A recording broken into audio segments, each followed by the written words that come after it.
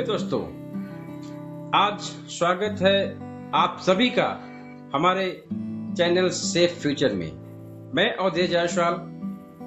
आज हम बात करते हैं पैसों की सही प्लानिंग। आखिरकार सही प्लानिंग किस तरह से किया जाए कि आर्थिक परेशानी न हो लोगों को। इस विषय में आज हमारे साथ मौजूद है स्टूडियो में मिस्टर गौरव मोरे सर। तो स्वागत करते हैं गौरव मोरे सर का, और आप अपना परिचय देते हुए डिस्कस करते हैं पैसों की सही planning. Welcome sir. Thank you Avdhesh ji, thank you for calling me on your show. और मुझे बहुत खुशी हो रही है कि आज नए साल की शुरुआत है और नए साल में आपने इनिशिएटिव लिया हुआ है कि लोगों को ज़्यादा से ज़्यादा पैसे के बारे में जानकारी दे। और मुझे बेहद खुशी हो रही है कि मैं आज आपके शो पे आया हूँ। तो आज का ये शो बहुत खास होने वाला है जी। तो थोड़ा सा मेरे बारे में बताना चाहूँगा कि मेरा नाम गौरव मोरे है और पिछले 2008 से मैं इस फील्ड में हूँ। आई एम IRDA सर्टिफाइड और MP सर्टिफाइड। 2021 से मैं फुल टाइम इस फील्ड में काम कर रहा हूँ। तकरीबन मुंबई, रायपुर और ऑल ओवर इंडिया और आउटसाइड इंडिया भी हमारा काम चालू है। और अगर क्लाइंट बेस की बात करें तो मोर देन 300 क्लाइंट्स को मैं मैनेज कर रहा हूँ। ओके, तो आज का पहला सवाल आपसे है कि हम सब दिन रात मेहनत करते हैं, पैसा कमाते हैं, लेकिन क्या ये पैसा हमारे लिए काम करता है? अवधेश जी, अक्सर लोग मुझे पूछते हैं कि फाइनेंशियल प्लानिंग कहाँ से शुरू करें। जी क्या पहले शेयर मार्केट में पैसा लगा दे या बैंक में रखे।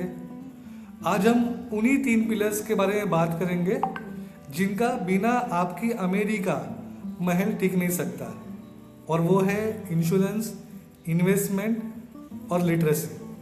जी। ओके, सवाल। तो इंश्योरेंस मतलब क्या है? तो इंश्योरेंस ये एक सुरक्षा है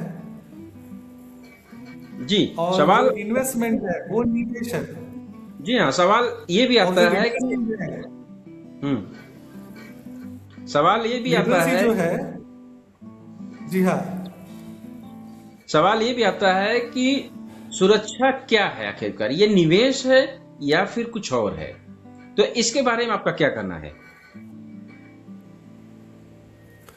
देखो सुरक्षा जो है वो प्योर इंश्योरेंस है। अगर जी आपके पास आपने इन्वेस्टमेंट करके रखा हुआ है बट आपने उसका इंश्योरेंस नहीं करवाया तो आपकी सारी इन्वेस्टमेंट सिर्फ एक एक्सीडेंट दूर है, जी उसको नीचे के लिए टाइम नहीं लगेगा। आप कितनी भी बड़ी इन्वेस्टमेंट करो, अगर उसको बेस इंश्योरेंस नहीं है तो उसका वैल्यू ज़ीरो है, क्योंकि इंश्योरेंस ही है जो हमें सुरक्षा प्रदान करती है। जी, ये 100%। अक्सर लोग मुझे पूछते हैं कि सर कौन सा इंश्योरेंस लूँ जिसमें पैसा डबल होकर वापस मिले। ओके। तो यही पे हम सबसे बड़ी गलती करती है, क्योंकि इंश्योरेंस ये निवेश नहीं है, ये एक सुरक्षा है। जी इसे मुनाफा कमाने के लिए नहीं बल्कि मुसीबत में बचाने के लिए किया जाता है। राइट राइट अगर सर, एक ये उदाहरण के तौर पे मैं बोलूँ आपको कि बिल्कुल जहाँ सिर्फ एक व्यक्ति कमाता है, अगर उसे कुछ हो जाए तो परिवार सड़क पर आ सकता है। स्वाभाविक और है। यहाँ पे काम आता है टर्म इंश्योरेंस। और प्रोटेक्शन के रूप टर्म में। इंश्योरेंस ये बहुत सस्ता होता है। जी हाँ। जी हाँ, बिल्कुल। और टर्म इंश्योरेंस ये बहुत सस्ता होता है, आपकी गैर मौजूदगी में आपको परिवार को बड़ी रकम देता है। तो ये हाँ, एक पार्ट हो गया टर्म इंश्योरेंस। और दूसरा पार्ट है हेल्थ फिजूल खर्ची इंश्योरेंस। को बचा करके हम आज टर्म एक, इंश्योरेंस कर सकते हैं। जी हाँ, जी बिल्कुल। तो आज एक ढंग के अस्पताल का बिल अगर आप देखोगे तो 5 लाख से कम नहीं आता। जी और अगर आपके पास हेल्थ इंश्योरेंस नहीं है तो आपकी सालों की सेविंग्स एक झटके में खत्म हो जाएगी। तो पहला परिवार को कदम कोट करवा मुनाफा मत सकते हैं। कीजिए। जी हाँ। जी हाँ, तो पहला कदम है कि मुनाफा मत खोजिए, पहले खुद को सुरक्षित कीजिए। परिवार के साथ। जी हाँ, तो अगर मैं सरल भाषा में बोलूँ तो टर्म इंश्योरेंस हमारे डेथ के बाद काम आता है और हेल्थ इंश्योरेंस जो है वो हमें हमारे जीते जी काम आता है। जीते अगर जी इसका काम मैं का। सारांश बात करूँ तो जी।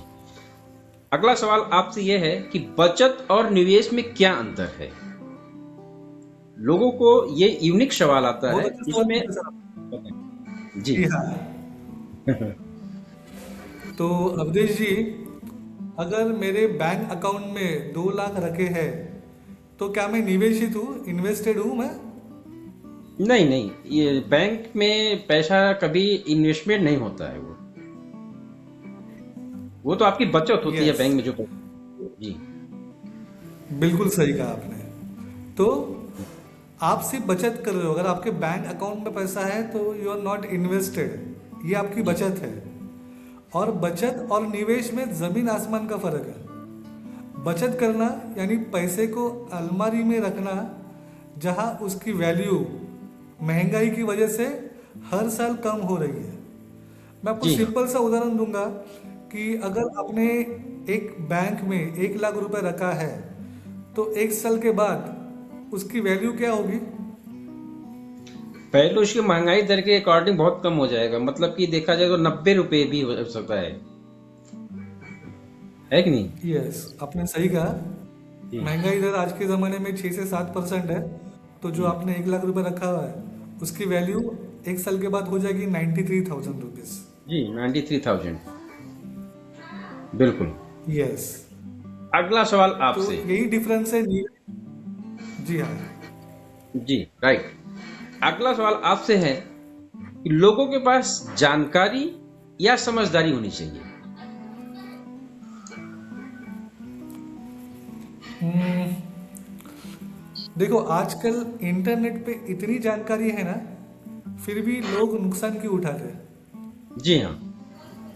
क्योंकि इंफॉर्मेशन और समझदारी, जिसे हम लिटरेसी भी बोलते हैं, उसमें बहुत बड़ा फर्क है। फाइनेंशियल लिटरेसी का मतलब है कि पैसा काम कैसे करता है। आज अगर हम इंडिया की बात करें तो सिर्फ 27% लोगों ने ही आज फाइनेंशियल लिटरेसी है, बाकी 73% लोग फाइनेंशियली लिटरेट नहीं है। ये बहुत ओके। बड़ा गैप है अगर हम इंडिया की जी। बात करें। जी हाँ तो अगर सर, ये एक साक्षर, एक लिटरेट व्यक्ति जानता है कि एसेट, संपत्ति और लायबिलिटी, जिसे हम खर्च बोलते हैं, उसमें क्या फर्क है।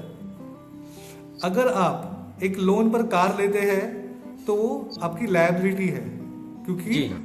वो आपकी जेब से पैसा निकाल रहा है, जी। उसकी वैल्यू घटेगी। अगर हम कोई कार लेते हैं तो एवरी ईयर उसका 10% वैल्यू डेप्रिशिएट होगा, जी हाँ। जी हाँ। राइट? तो वो जी। आपके लिए लायबिलिटी है। लेकिन अगर आप उसी पैसे को कोई ऐसी चीज पे खरीदते हैं जिसकी कीमत बढ़ेगी तो वो हो जाएगा आपका एसेट। हाँ, लाइक अमीर गोल्ड लोग हुआ। पहले एसेट, जी। यस, जी। रियल एस्टेट हो गया, रियल एस्टेट हो तो गया वो या आपके फिर। एसेट्स है। जी। Right right sir.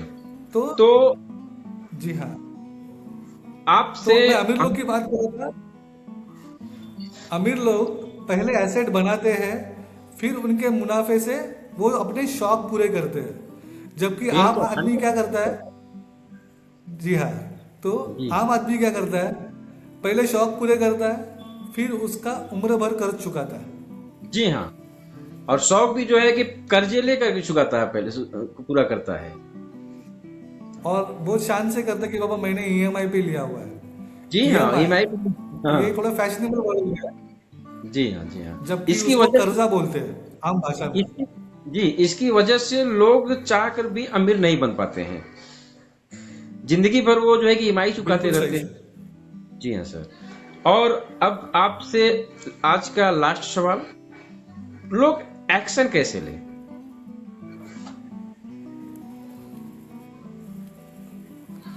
देखो, एक्शन बहुत सिंपल है। उन्हें ये 3 काम करना पड़ेगा।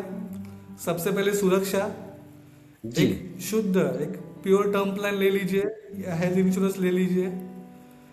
बचत से पहले निवेश, अपनी सैलरी का, ये एक फाइनेंशियल थंब रूल है। आपको आपके सैलरी का 20% हिस्सा सैलरी होते ही आपको इन्वेस्ट करना है। तो फिर जी। आप उसको एसआईपी से शुरू कर सकते हैं, जहाँ पे आप मिनिमम 100 रुपीज़ से शुरू कर सकते हैं और बाकी जो 80% है उसमें आप अपना घर चलाइए। हर रोज सीखते रहिए, फाइनेंस के बारे में 10 मिनट पढ़िए। ठीक है, याद रखिए, पैसा कमाना बहादुरी है, उसे बचाना समझदारी है और उसे बढ़ाना एक कला है। और इस कला को सीखने के लिए आप हमसे जुड़ सकते हैं। राइट सर, आपका बहुत बहुत धन्यवाद।